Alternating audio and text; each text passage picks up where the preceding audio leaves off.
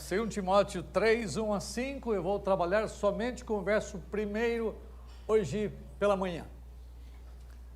Assentados mesmo, leiamos juntos os 5 versos de 2 Timóteo 3. Leiam comigo. Sabe, porém, isto, nos últimos dias sobrevirão tempos difíceis, pois os homens serão egoístas, avarentos, jactanciosos, arrogantes, blasfemadores, desobedientes aos pais, ingratos, irreverentes, desafeiçoados, implacáveis, caluniadores, sem domínio de si, cruéis, inimigos do bem, traidores, atrevidos, enfatuados, mais amigos dos prazeres que amigos de Deus, tendo forma de piedade, negando-lhe, entretanto, o poder. Foge também destes. Na próxima vez, se Deus quiser, eu vou falar só sobre, no verso 2, os homens serão egoístas e avarentos.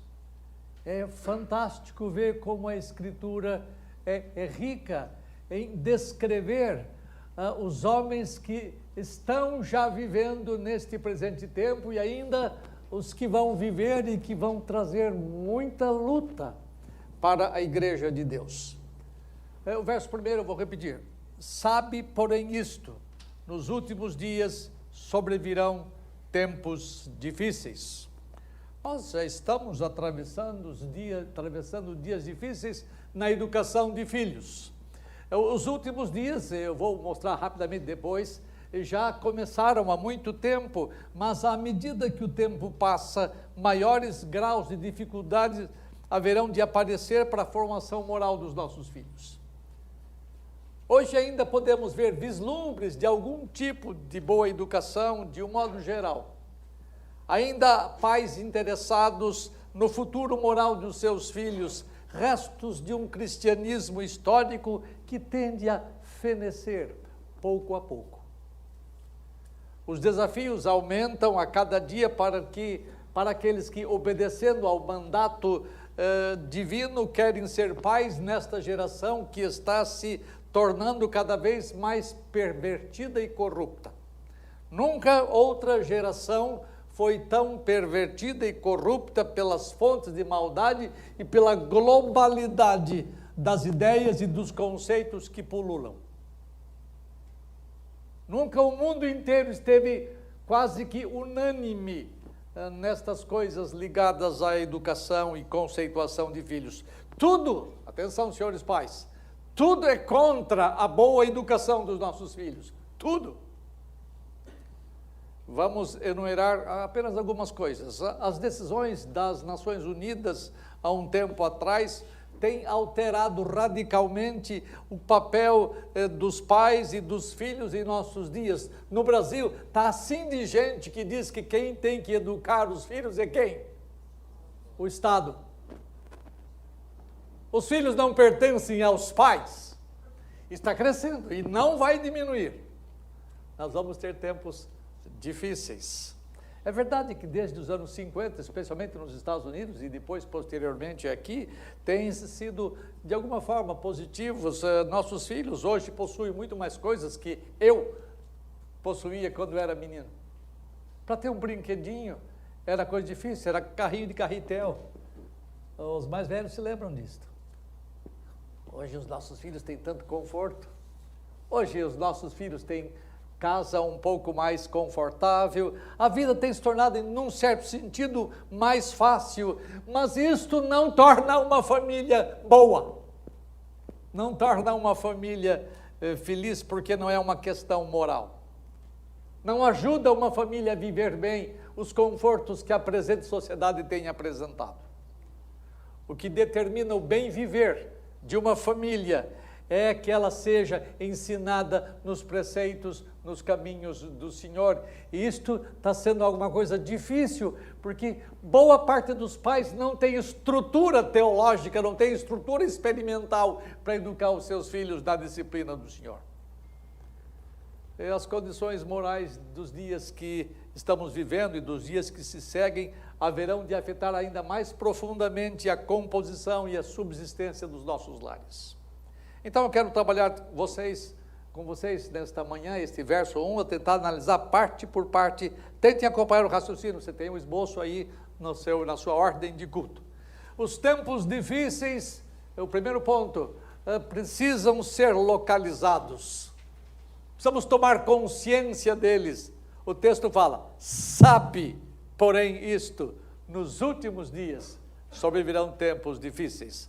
A palavra grega, ou a expressão grega para últimos dias é escatais hemerais, ou seja, escatos é a palavra grega para últimos ou finais. E hemerais diz respeito a dias comuns. Daí o nome daquela divisão da teologia que trata das últimas coisas. Como é que chama? Vocês estão sabendo bem. Escatologia, escatos, portanto, significa o último, no sentido de um estágio final de um processo. Escatos, que é último, pode indicar o elemento final de uma série de eventos significativos. Essa expressão últimos dias tem alguns significados, rapidamente. Primeiro, se refere a um longo período de tempo entre a primeira vinda e a segunda vinda de Jesus Cristo, é chamado de últimos dias. Um dia a gente vai tratar disso mais detidamente. Segunda significação desse nome, se refere ao tempo em que a igreja de Cristo está vivendo hoje e vai viver até que chegue os dias da vinda do Senhor. E este tempo é o tempo em que a igreja está sendo testada e preparada para os dias que se seguem e para o dia final. Terceira coisa, ela se refere a um período mais específico que precede imediatamente a vinda do Senhor. Lembra bem, últimos dias significa desde a primeira até a segunda vinda de Cristo. E essas coisas que estão no texto que eu li, elas vão crescendo devagarzinho, mas vai chegar um tempo, nos dias que precedem a volta do Senhor, que as coisas recrudescerão muito fortemente e muito rapidamente. Eu volto a falar sobre isso. Sobre a realização dos últimos dias. O significado exato desta expressão depende do tempo em que os escritores a usaram. Por exemplo, perspectiva dos últimos dias que os escritores do Antigo Testamento possuíam. Quando alguém leia para mim, por favor, ache o texto de Isaías 9. Eu tenho aqui escrito, mas vocês não têm. Então, Isaías 9, versículos 1 a 2. Os escritores do Antigo Testamento tinham uma perspectiva da realização de alguma coisa que estava para vir lá no futuro. Sonhos importantes que Israel tinha com respeito à vinda do Messias. E essa vinda era a concretização de todas as promessas feitas a Israel. A vinda do Messias seria no que esses escritores chamaram de tempos escatológicos. Jesus Cristo veio nos últimos dias, ou iniciou os últimos dias. A sua vinda é a inauguração dos últimos dias. Alguém lê versos 1 e 2 de Isaías 9. Mas para a terra que estava aflita não continuará a obscuridade.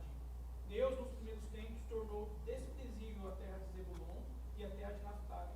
Mas, nos últimos, tornará glorioso o caminho do mar, além do Jordão, Galileia dos gentios. Aí fala um contraste entre os primeiros tempos e os últimos tempos. Últimos tempos é a mesma coisa que últimos dias no ensino geral das Escrituras. Então está o contraste entre as coisas do Antigo Testamento. Os primeiros tempos são aqueles tempos do Antigo Testamento, onde havia escravidão, onde havia trevas, onde não havia luz. E os últimos tempos são tempos de revelação do Messias, são tempos quando a luz chegou, quando os caminhos foram aplanados. Primeiros tempos e últimos tempos. Os últimos tempos iniciaram nos tempos do Novo Testamento, quando o Messias chegou.